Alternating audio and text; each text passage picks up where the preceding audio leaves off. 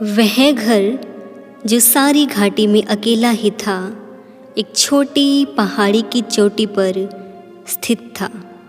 इस ऊंचाई से व्यक्ति नदी और पके हुए अनाज के खेत देख सकता था, जो ऐसे फूलों से भरे हुए थे जो हमेशा अच्छी फसल की आशा बांधते थे।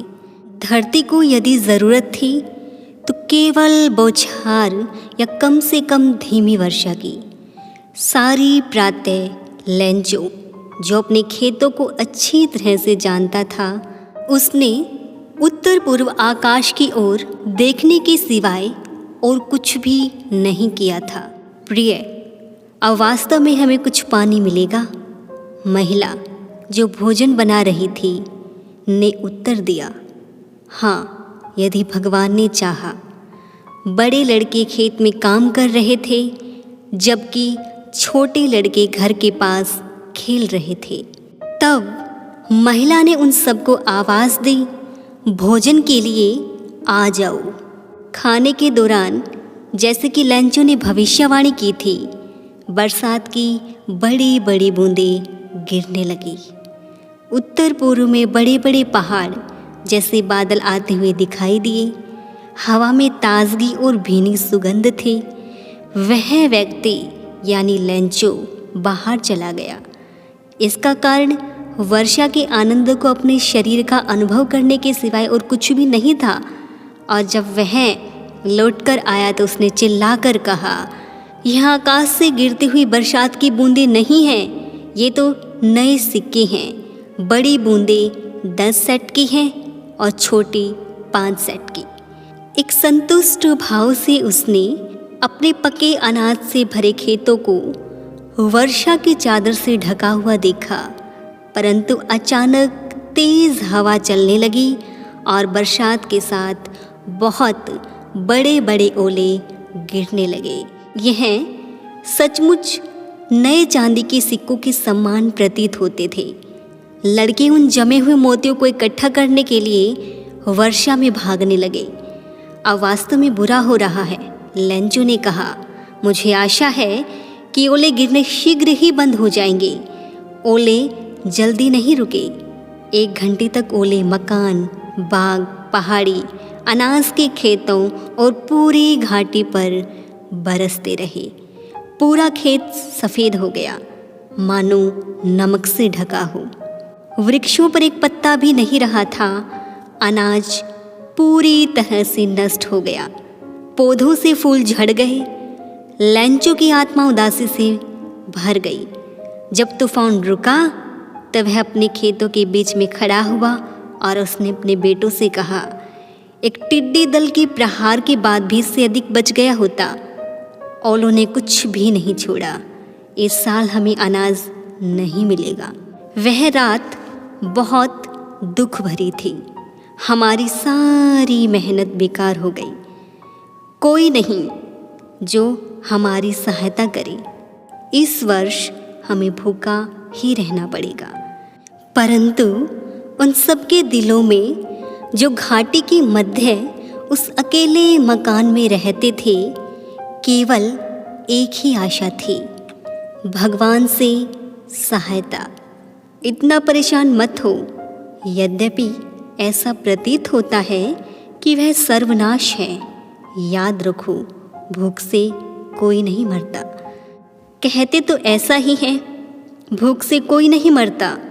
सारी रात लेंचो अपनी एकमात्र आशा के बारे में सोचता रहा, भगवान से सहायता, जिसकी आंखें, जैसा कि उसे शिक्षा दी गई थी, सब कुछ देखती हैं, यहाँ तक कि व्यक्ति के गहरे अंतकरण को भी। लेंचो मनुष्य होते हुए भी एक बैल था, अर्थात एक मेहनती किसान, जो खेतों में एक पशु की तरह काम करता था, लेकिन फिर भी वह लिखना जानता था।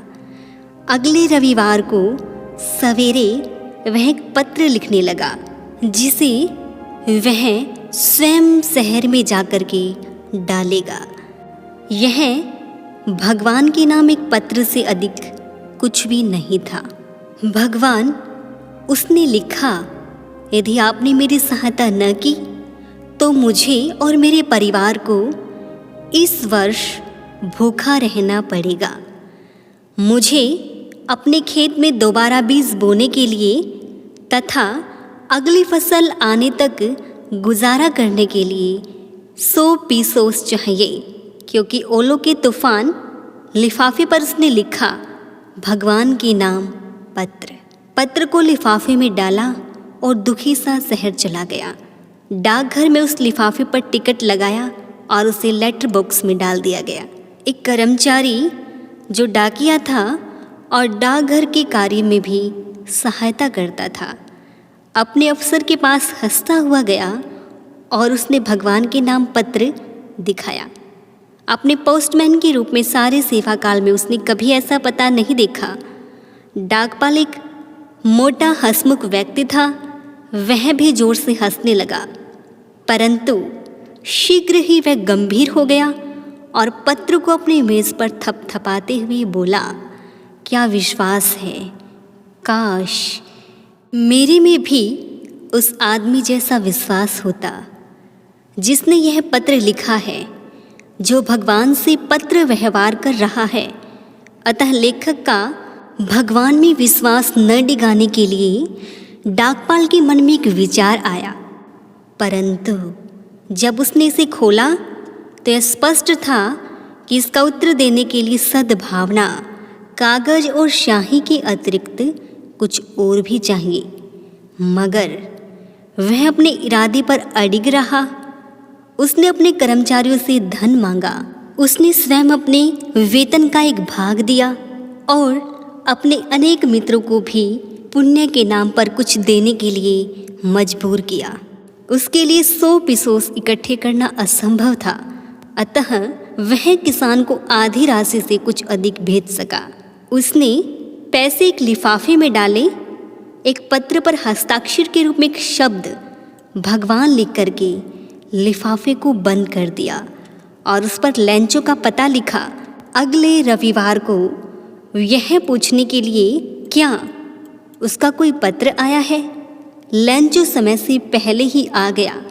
डाकिये ने स्वयं उसे वह पत्र दिया, जबकि डाकपाल ऐसे व्यक्ति की संतुष्टि को महसूस करते हुए, जिसने कोई भला कार्य किया है, दफ्तर के दरवाजे से झांक रहा था। पत्र में धन देख करके लेंचो को बिल्कुल भी आश्चर्य न हुआ।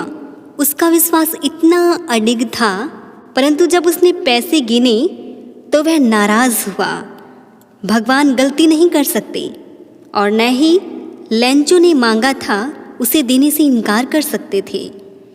फौरन लेंचो खिड़की पर कागज और स्याही मांगने गया। जनसाधारण के लिए लिखने की मेज पर बैठकर वह पत्र लिखने लगा। अपने विचारों को व्यक्त करने के लिए उसे जो प्रयत्न करना पड़ रहा था, जिसके कारण उसके माथे पर बल पड़ गई।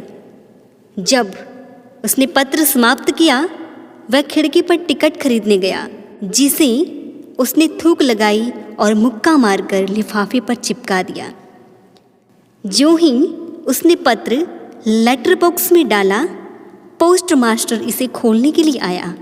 इसमें लिखा था, भगवान, मैंने जितनी राशि के लिए कहा था उसमें से केवल 70 पीसोस ही मेरे पास पहुँचे। मुझे बाकी की राशि भी भेजो, क्योंकि मुझे बहुत अधिक ज़रूरत है। परंतु यह मुझे डाक द्वारा मत भेजना, क्योंकि डाकघर के कर्मचारी तो ठगों का टोला है। लेंचो। दोस्तों, इस कहानी की मुख्य विषय विश्वास, आशा और प्रकृति की शक्ति है।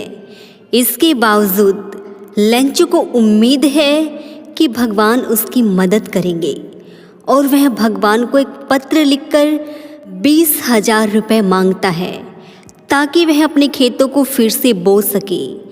कहानी विश्वास की शक्ति पर प्रकाश डालती है और बताती है कि कैसे विपत्ति के समय में आशा प्रदान कर सकती है। दोस्तों, अगर आपको हमारी कहानियाँ पसंद आती हैं तो हमारे चैनल स्टोरी बाय कविता को सब्सक्राइब करें, लाइक करें, कमेंट करें।